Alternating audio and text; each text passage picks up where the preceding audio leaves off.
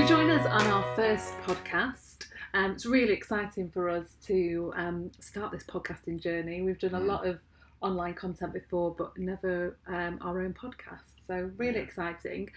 For our first episode, we're kind of just going to ease you in, give you a little bit more of a conversation with GreatDrams. We are going to reminisce a little bit about our lockdown experience, how our business has grown and changed over the last year, and what's going to come up for us over the next couple of months probably. It's quite hard for all of us to plan, even the next couple of months, isn't it? Yes. But yeah, we're just going to see what happens, aren't we? We're planning lots of exciting things and acting as if all these things are going to happen, and then we will wait for Boris to tell us whether they are going to happen or not. So thanks very much for joining us today, and really hope you enjoyed the podcast. Going forward, we'll be taking all of your questions and comments, so please do get in touch with us. We'll be doing our weekly Whisky of the Week. We will both be sharing which whisky we have enjoyed the most this week, and we'd love to hear what yours is too. So hope you enjoy. Thank you.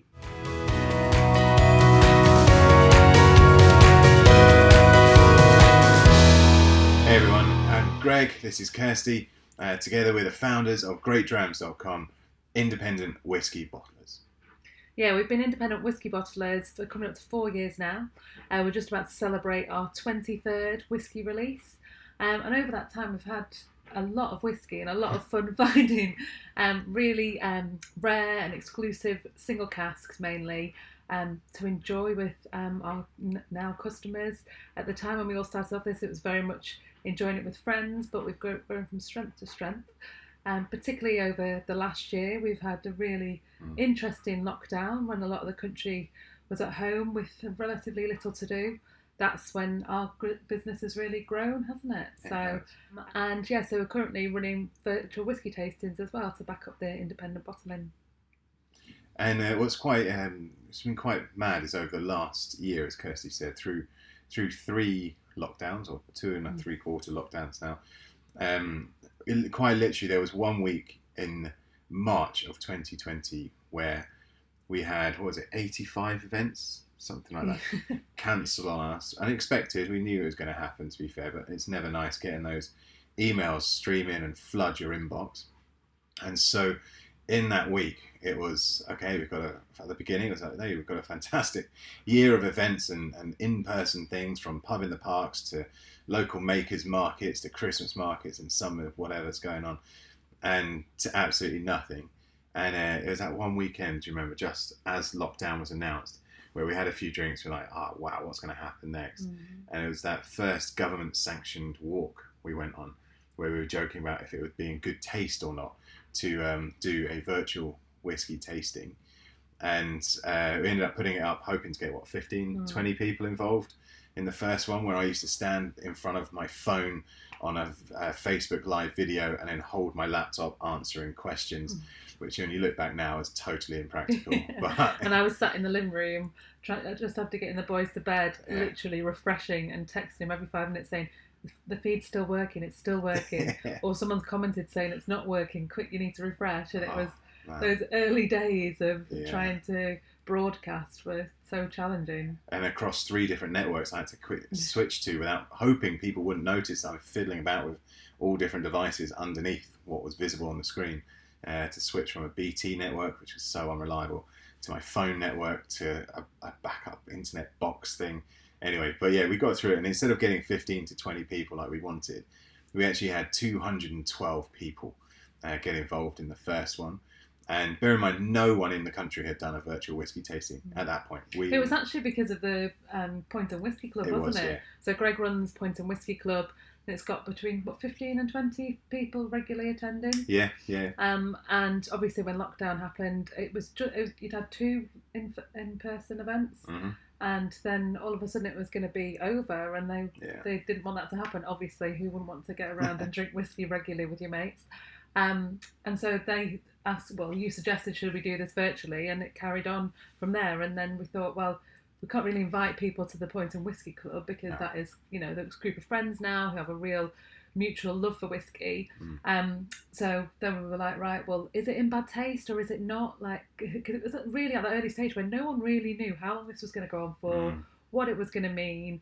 Yes, all of our events got cancelled, but you were thinking, surely this can't go on for that long, and do we need to change? And the one thing with Greg and I, a lot of people that know us, is that we never sit back and wait for things to happen. If we think that something might happen or might not, like, we're on it and just try and move on and make the best of it.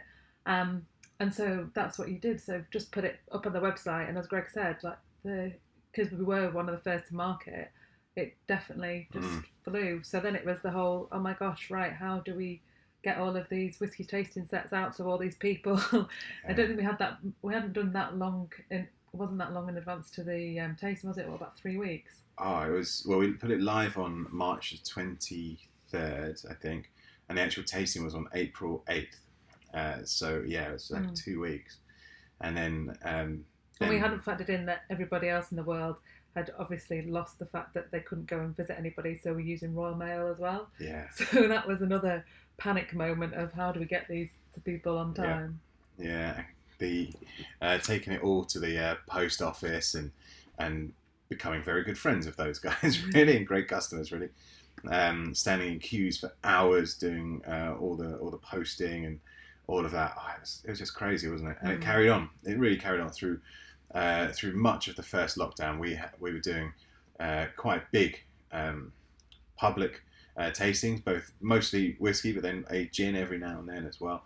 And then when it got to about midsummer, the private whiskey tastings and private gin tastings kicked in, and that's what we do most of now.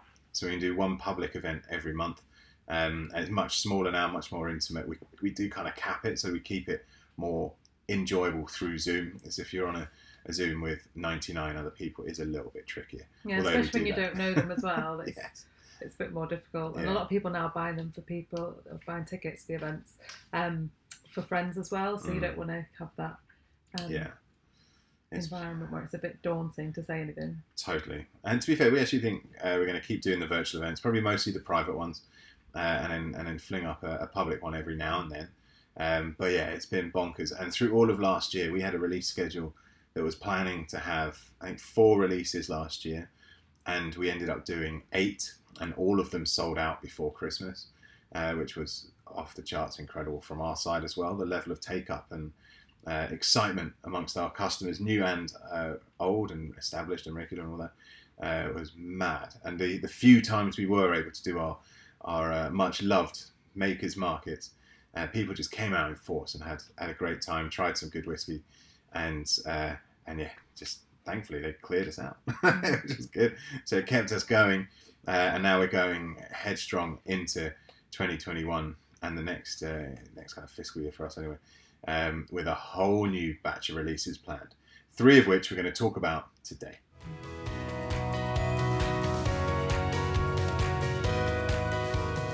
As we've just started this podcast, we should say this is our first one. And I think you'll already have noticed that Greg and I, obviously because we know each other so well, being that we are married and work together, we are just carried on with our conversation and haven't really spoke to you much about what our virtual tastings actually are.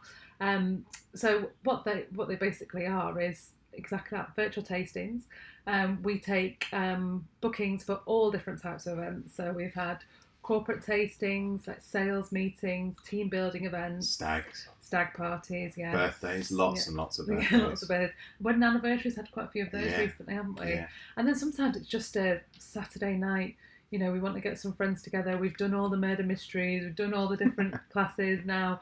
One of us really likes whiskey and wants everybody else to like it. So we take those briefs on and be like, of course, like we can educate the other people there as well, and just introduce them, not in a stuffy way either. It's in like a really relaxed, fully engaging, quite immersive. It's all about being happy to be interrupted as well. So people are encouraged to ask any and every question they possibly want to ask, be it about what we're actually trying, whiskey in general, occasionally about life, which gets a little bit kind of weird, but that's okay. And then we chat about anything and just have a really great time, really. And we tailor it as best we can to what you're looking for.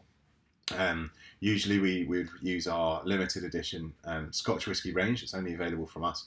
And then occasionally we can swap in other things if that's what you're after, and create a really personalised, special event for your next great night in. Yeah. and they are good fun as well. Both the whiskey and the gins as well. On the gin side, we don't produce any gin, so we partner with various gin distilleries that we absolutely love the product from, and so we choose a whole set of gins, kind of each season, really, don't we? We do rotate them around quite a bit, and they're the ones that we will use for the gin tastings, as well as craft mixers as well. Yeah. Happy days. Mm-hmm. So as Kirsty said, this is our very first one, so we're getting used to looking at ourselves in that screen whilst recording this and seeing what's labelled input level, making sure that I hope our microphone's actually working. So yeah, apologies if it's not the slickest, but we will get there. Yeah. We will get there.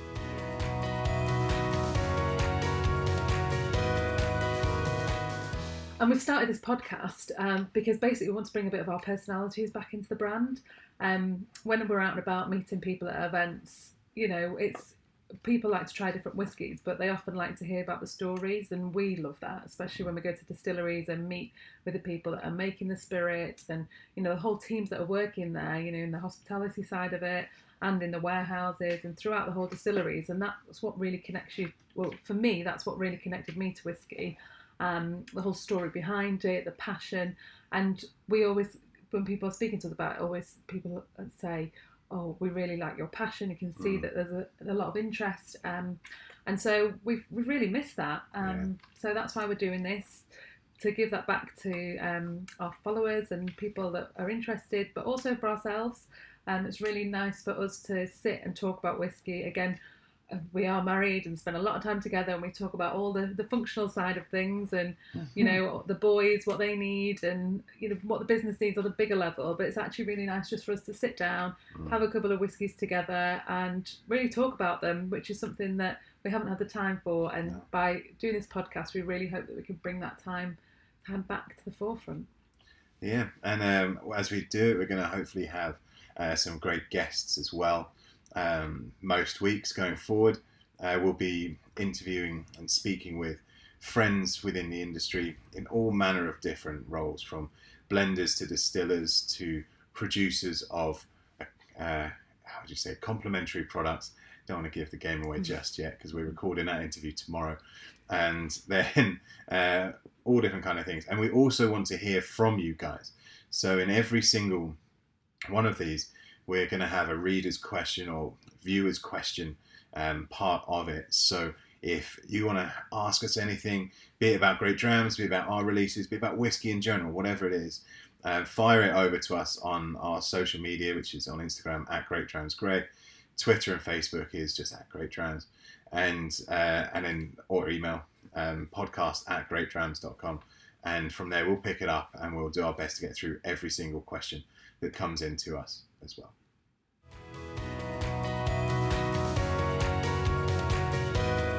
Speaking of whiskey, I've been holding this for a while now, not really knowing when to raise it up and what to do with it. So, cheers for a start. It's our first podcast. Yeah, happy first podcast. Really want to bring into this first one just an overview of each of our current releases as well. So, the one we're trying together right now is our Tamdhu 8-year-old, which is this one right here. Oh, go on camera, you can pick it up. See, this will be a learning for next time. Come on, where's the sweet spot for that? There's a little bit more to your right, I think. There? No? I mean, in my head I'm thinking I'll edit this out, but it's quite amusing, isn't it? Somewhere there. We'll work out a way of doing that. We might be able to do something fancy and say that the label is here. We'll try that. Or here. Could be here. Or all over here. Yeah, somewhere like that. But yeah, we'll work that out. But the Tamdhus are a limited edition, only 200 bottles ever produced, matured in a second fill sherry cask. And I mean, for me, this one is all about that glorious honey note and that beautiful citrus kind of freshness coming through as well.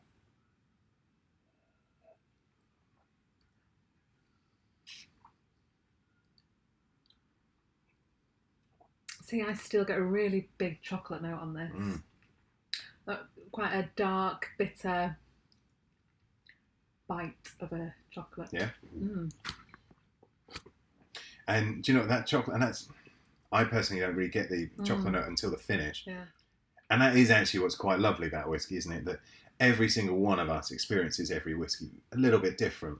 Some very different, some just a little bit. For me, that chocolate note, do get it, but only really on the finish. I don't get it on the palate or the nose myself. It's all that kind of really rich honey for me. But we've been through God knows how many whiskey distilleries together. I wouldn't even want to try and quantify how many bottles of whiskey together. And don't look in the recycling bin. Yeah, oh God, no. It's a fun, recognised sound every single week. It's a big workout. Taking the bin out. It is, and I get that job, to be fair. And it's, we've tried them all. So we've tried all these whiskies together, but then I've obviously tried loads separately. You have as well, and our palates, like everyone's, has developed so different over the years. Be it wherever you've travelled to, be it whatever food you like or have experienced. So no two palates are the same. So no two appreciations of this amazing spirit will be totally the same. And I'm glad we actually managed to get to that within our first sip of that, because it is an important point I don't think enough people talk about. That's it for me. When I first started getting into whiskey, which was very much you pulling me straight into whiskey,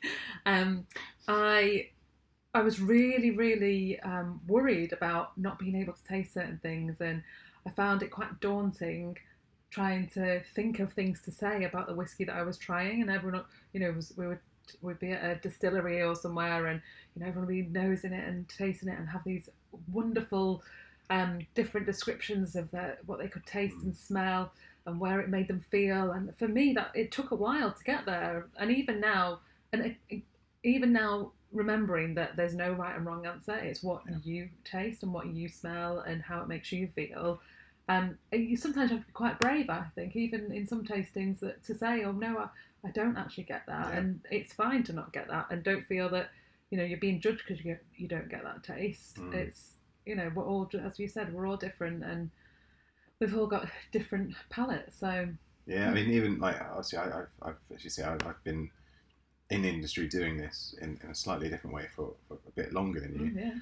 And yesterday I was on an MS Teams call, which I don't really like, because Zoom's much more my kind of thing.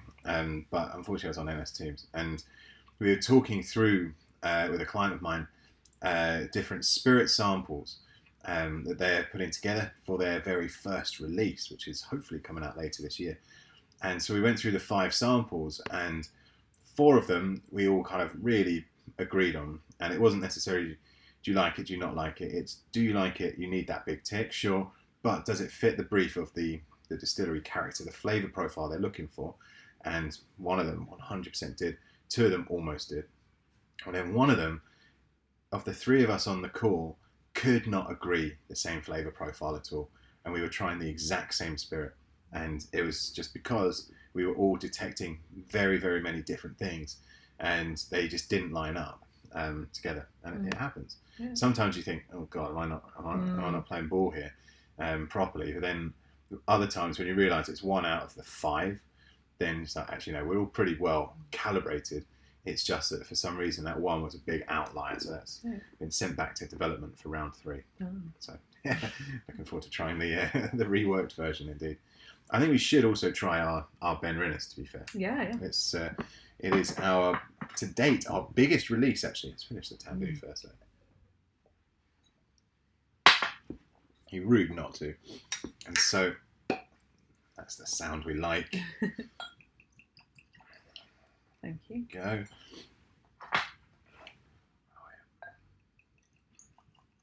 There we go. So 333 bottles of this one. Ever produced. Let's see if the camera works its magic this time. Not one bit. Not. There you go. That's it. So that's what the label will look like. I'll try and put some vague kind of graphic-y thing on if I can work out what to do. Oh, that's a bit more pressure than I needed. I'll just put it on my face. That'd be funny. This one we bought when it was 8 years old. It was maturing at that point in a second fill sherry butt, so 500 litres, one of the big old boys. And that's a lot of spirit to buy in one go. It's the only time we've ever bought a sherry butt as well. Yeah. It was a big conversation, that, wasn't it? Yeah. Yes, it was. Yeah. It was a big conversation. One of the most expensive casks, actually, we bought as well. And originally, I think that's fair enough, I can say it. Originally, it was one that we were going to be releasing exclusive to China. Because we were within a whisker of an export deal just before COVID hit these shores anyway, and obviously their shores as well. And it just didn't quite work out, did it? Timing wasn't really on our side. No. But in other ways it was, so it's all good eventually. And tried it. The spirit was magnificent, actually. Absolutely loved it. We used it in the second virtual tasting we did last year, which was the premium virtual tasting. We did it as one of the 20 CLs in that. And everyone on that absolutely loved it. But for me, I thought it could do something more. And we talked about adding more sherry character to it, because the second fill had given it a lovely flavour profile, sure, but not that real sherry punch, none of that spice or fruity notes. And that's one of the things I've really, really taken on about whiskey. I really am a big fan of a sherry finish. I know it's the cliche of it being Christmas in a glass and, those really warm winter spices. But for me, if you're going to say this is a sherry cask, then I don't just want to see it on the label. I really need to know it's a sherry cask. And when we tried, it was a really lovely spirit, but it did need that extra. Yeah, it wasn't delivering on the brief that we wanted from a sherry cask. And we'd had really good success with our recent sherry cask releases. And so we felt like if we put this up against our other sherry cask releases, it didn't have that same level, did it? No. And so what we did in the end was think about it, kind of what we could do with it, and ended up realising that because it was 500 litres, as I said, it's a hell of a lot of spirit there. Mature spirit as well, so you can play with it, you can do what you want with it. We ended up splitting it in two, half of which went into a first fill PX cask, Pedro Jimenez cask. The other half went into a first fill Oloroso sherry cask that we had kind of put together for us by Speyside Cooperage. And so we split it exactly in half. And then this is the PX cask finished release. Bottled the entire cask, thought why not. And it'd been in there for 9 months. So 8 years, just over 8 years, in second fill Oloroso, and in 9 months in first fill PX. And the Oloroso first fill sister cask is still maturing now. Some of it's been used for other smaller projects that we're working on with other people, but by and large, that one's still maturing away. I kind of want to see what happens to it after it's been in there for over a year, maybe even 18 months, see if it gets a big Oloroso sherry flavour profile. But for now, this one, I love the sweetness to it. The spiciness for me is massive. It's like vanilla on the nose. It's almost like when I light one of my vanilla candles. It's really creamy, warming. Yeah, really like that. Yeah, and I get that kind of spiced orange. You know those Chris Dingle things when you were a kid. That kind of spiced winter. Trying not to say Christmas, but that spice, because you took that line right away from me earlier. But that spiced Christmas, spiced orange note that I remember from growing up. I absolutely love it. There is a lot of caramel on this as well. Like almost treacle rather than caramel. Nice, yeah. Is that a bit thicker? And that will come from the PX cask, because the PX sherry or Pedro Jimenez sherry is the thickest type of sherry. It is like treacle, pouring that into a glass. You can only really have 2 or 3 of them. They're that sweet. For me, it's pouring it onto a spoon. I can just see that really thick. Yeah. Or pouring it onto vanilla ice cream.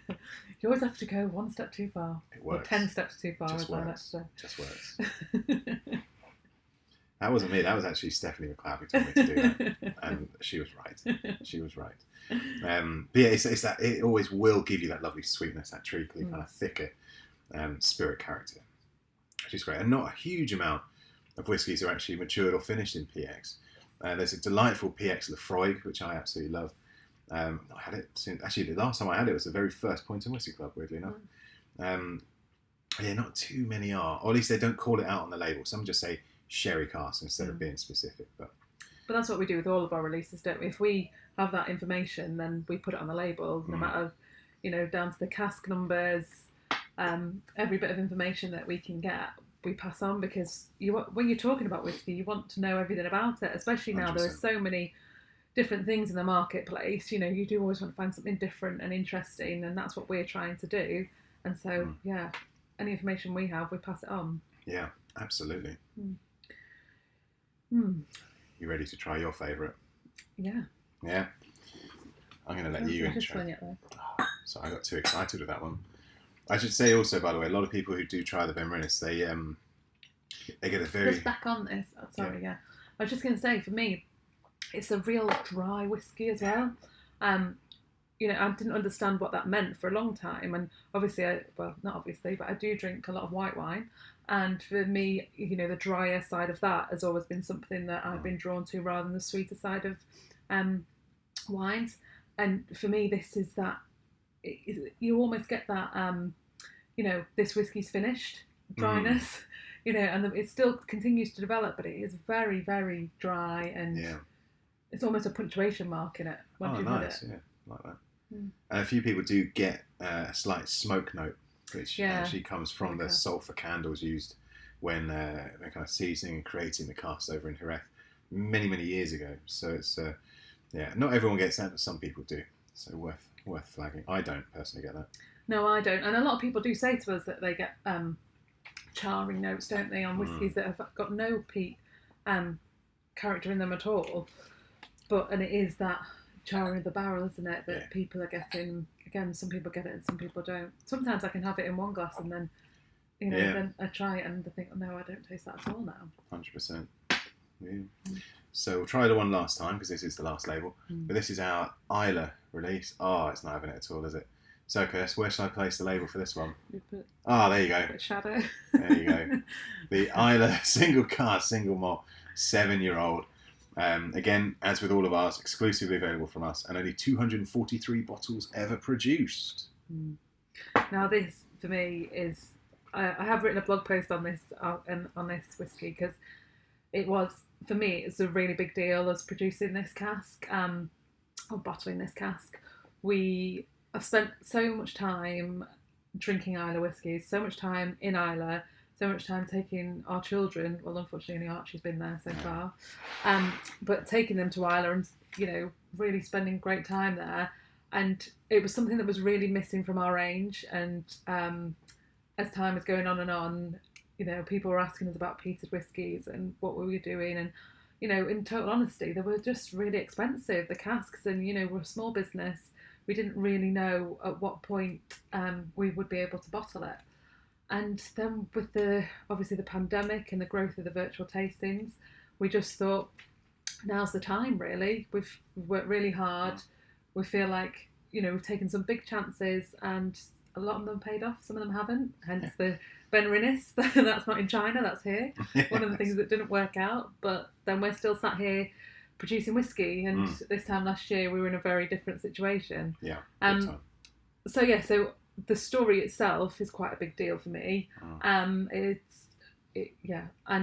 the whiskey itself, peated whiskey. It was introduced first to peated whiskey by you, really, and spent a lot of time drinking it. And then for a couple of years, I really didn't feel it. I felt like it could have been at the end of the night, yes, that one whiskey just to finish off the evening. And I just felt that the peat sat really heavy in my head and in my mouth, and I couldn't taste anything else after it. So I just never bothered going to it first, because I just didn't want to feel like that. So on to the tasting of this Islay cask. Straight away on the nose, you get that peat note. I also get a really strong vanilla note on this one as well. Subtle banana note for me. No, I'm not getting that one.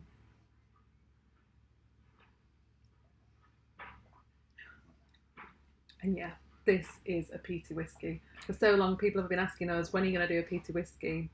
We've done really good, lightly peated releases in the past, but this is your Islay cask. It's absolutely beautiful. Really, really obviously smoky. It's like a sweet peat, isn't it? And that kind of lovely toffee and vanilla note. Yeah. It kind of makes it easier drinking, not the backhander that you get from a number of heavily peated whiskies. No, that's it.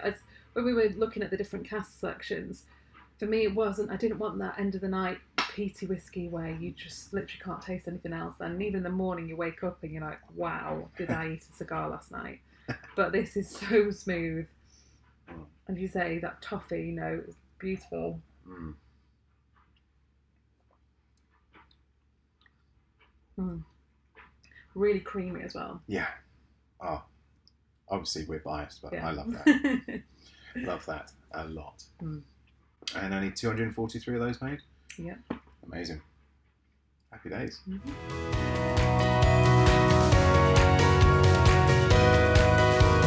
So, we haven't actually got much time left on this one, so we want it to be more about an introduction to us. In future weeks it will be including interviews, questions from you, and all of that kind of stuff as well. But just wanted to say that in the next kind of few weeks, as the UK, I don't really know about the world, but as the UK starts to open up slightly and lockdown restrictions ease, we'll be at the open makers markets around the northwest. So Wilmslow, I believe I'm at. Yeah. Didsbury, Stockers, yeah. Stockport, sorry, and Cheadle. Yeah. They're probably the ones we'll definitely be at. I'm sure there's one or two others, but I can't remember offhand. And then cruising into the summer, we'll keep you updated as to where we're going to be. Mm-hmm. So hopefully you can come down and, with masks, visors, safe space, all that kind of stuff, try some of our whiskey, have a chat, and actually see a human. That'd be nice. Happy days. Yeah, great. Cool. Well, until next time, thank you very, very much for watching, and we look forward to hopefully enjoying more podcasts with you going forward. Yeah, brilliant. Thanks so much. Cheers.